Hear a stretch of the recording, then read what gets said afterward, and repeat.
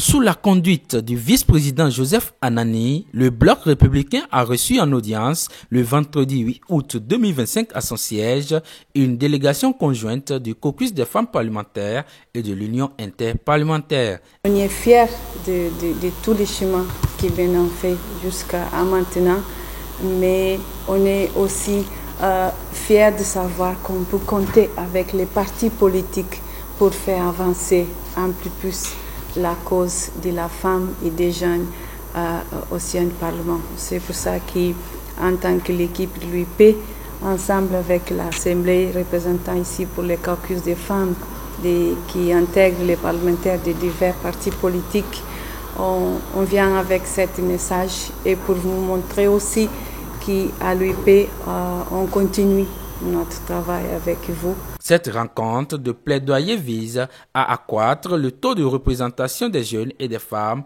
aux instances de décision ainsi qu'aux postes de responsabilité politique.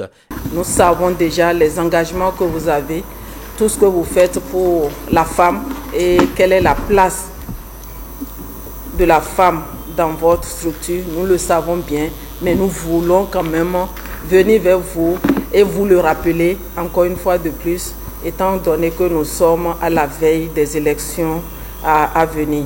Donc pour nous, nous voulons vraiment plaider pour que les élections de 2026, que vous nous aidiez à avoir plus de femmes dans les instances de prise de décision. Et pour ce fait, il faudrait vraiment positionner massivement les femmes à des positions vraiment éligibles pour les élections législatives et communales. Également, dans la même rubrique, nous souhaitons quand même que pour la désignation des chefs de village et de quartier de ville, que vous pensez vraiment aux femmes. La délégation a reconnu et félicité le Bloc républicain et son président pour les efforts fournis pour la promotion de la femme. Je voudrais d'ores et déjà vous dire que vous êtes sur un terrain fertile en la matière et que votre graine est tombée sur une bonne terre. Alors nous, au BR, statutairement déjà, nous avons pris des dispositions pour ne pas manquer à nos responsabilités. Dans nos statuts, règlements intérieurs, c'est en bonne position. Les femmes, les jeunes, parce que qu'est-ce qu'on peut faire si on ne prépare pas les jeunes? Qu'est-ce qu'on peut faire sans les femmes? Ce n'est pas un slogan, c'est une réalité. Et pour que le Bénin se développe, il faut véritablement que nous allions dans ce sens-là. Nous félicitons les pays qui pour le moment ont mieux fait que nous, mais le Bénin vient de très loin. Nous venons de très loin. Et c'est un bon, comme vous l'avez remarqué, l'expert l'a souligné tout à l'heure, c'est un bon qualitatif que le Bénin a fait. Et nous espérons aller encore beaucoup plus loin que ça. Donc, ce n'est pas de l'autosatisfaction, mais à voir le parcours, je crois que nous devons saluer donc, son Excellence, le Président de la République, qui a eu l'idée géniale d'obliger tous les partis politiques à réfléchir dans le sens d'améliorer la participation des femmes à l'œuvre du développement du Bénin. Du hall d'arrivée, du hall d'accueil de cet immeuble jusqu'à cette salle, il n'est point utile d'expliquer